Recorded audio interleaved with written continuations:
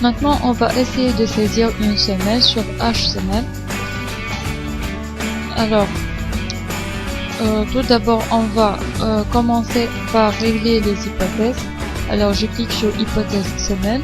Ici, on peut entrer le type de la semelle, s'il s'agit d'une semelle isolée ou bien flottante, ses coordonnées et ses repères, sa localisation et le plan duquel elle a été tirée.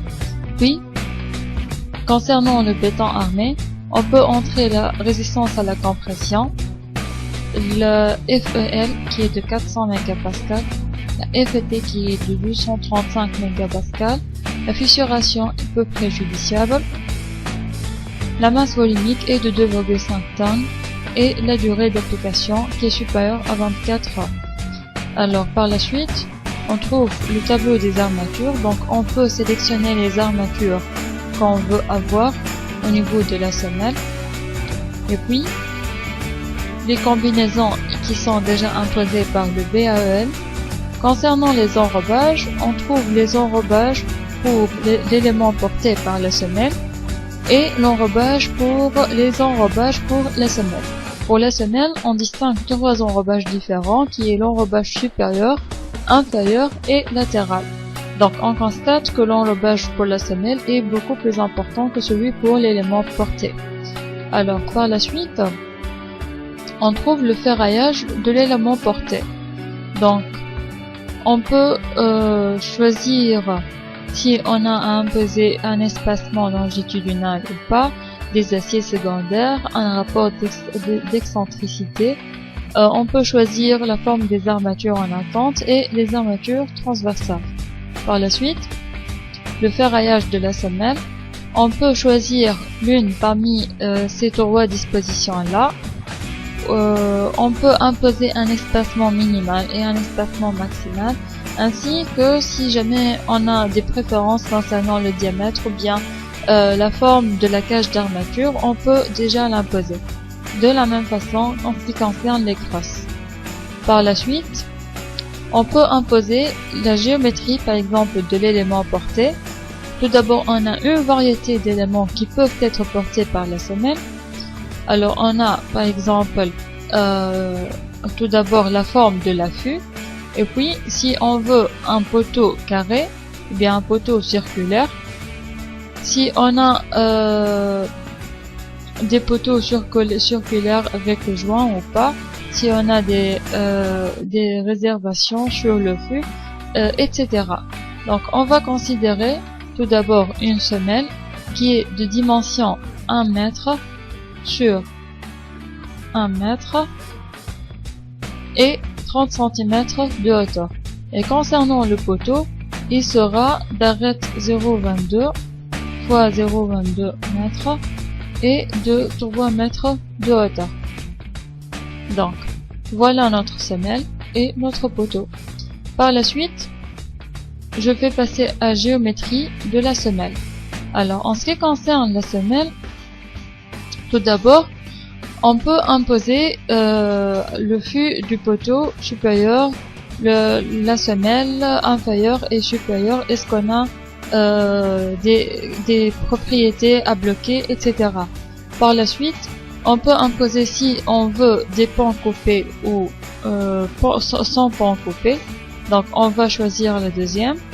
On a déjà entré les dimensions A, B et H et on peut bloquer une des dimensions A et B, c'est-à-dire on peut imposer une largeur ou une longueur de la semelle. Par la suite, on a à choisir les débords de la semelle, c'est-à-dire la position relative du poteau par rapport à la semelle, ou bien qu'il soit centré, ou bien qu'il soit débordé d'un côté ou d'un autre, ou bien même pour un point bien particulier. Et si jamais l'emplacement du poteau ne correspond à aucune des formes standards proposées, on peut saisir directement les distances qui séparent le poteau des bords de la semelle. Donc, on va considérer un poteau centré sur la semelle. Par la suite, le béton sous semelle, ou bien qu'on n'a aucun béton, ce qui est rarement utilisé, presque jamais utilisé, on a toujours à utiliser un béton de propreté ou bien du gros béton. Alors si on va mentionner du béton de propreté, on doit entrer son épaisseur qui sera normalement entre 5 et 10 cm, ou bien le gros béton, et comme ça on va entrer son épaisseur, sa résistance à la compression à 28 jours, sa densité, ses débords autour de la semelle. Alors supposons qu'on a un béton, un gros béton d'épaisseur par exemple 1,2 m et qu'il soit débordé de 0,3 m de tous les côtés par rapport à la semelle. Voilà. Donc voilà la vue en perspective.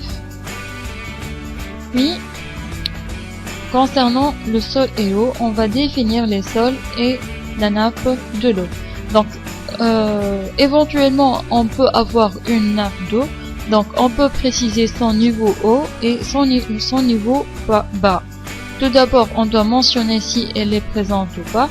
Par exemple on peut saisir le niveau haut de la nappe, que ce soit par exemple moins 0,4 m.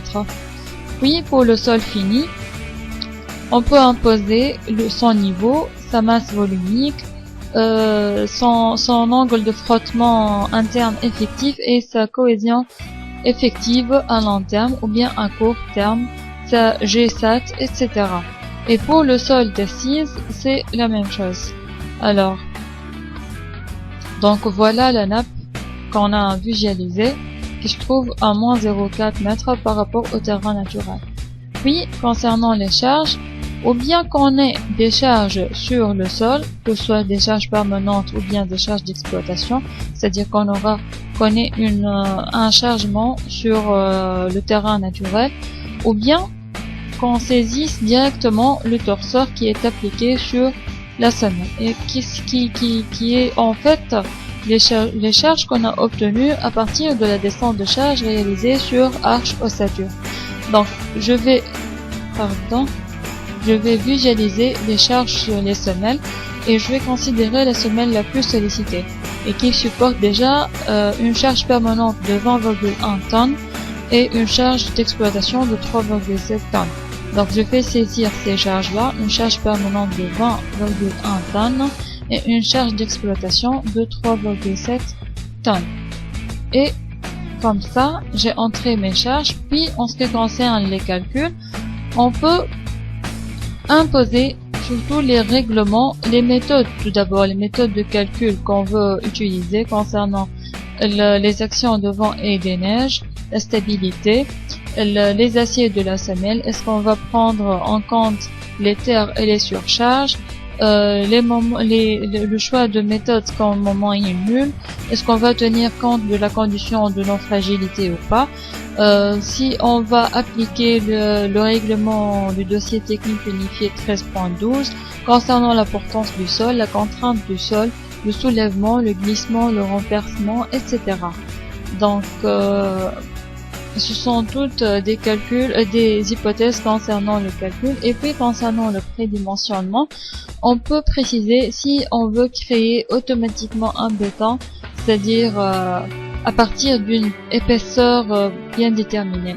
Donc comme ça on a saisi toutes les hypothèses dont on a besoin et maintenant je vais lancer le calcul. Donc je vais cliquer sur cet icône là comme on a fait pour le cas du poteau et de la nervure.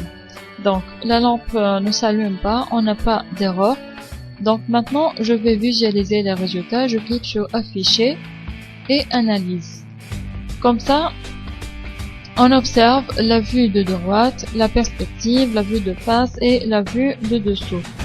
Après la stabilité, on a une décompression du sol aux œufs élus. Combinaison la plus défavorable aux œufs élus, 1,35 Gmax plus G1000. La semelle est comprimée à 100% pour tous les cas de charge étudiés. On n'a pas de glissement suivant au X ni suivant au Y. Le plan interactif de la semelle. Alors, celle-ci c'est la semelle vue du côté. C'est le gros béton. Celle-ci c'est la semelle. Ce sont les armatures en attente du poteau. Et ici on trouve une coupe transversale sur la semelle, et on trouve ci-joint aussi un tableau montrant toutes les barres qu'on a utilisées pour le ferraillage. Et si jamais on a à changer certains paramètres, alors il suffit d'accéder aux icônes qu'on a ici à droite.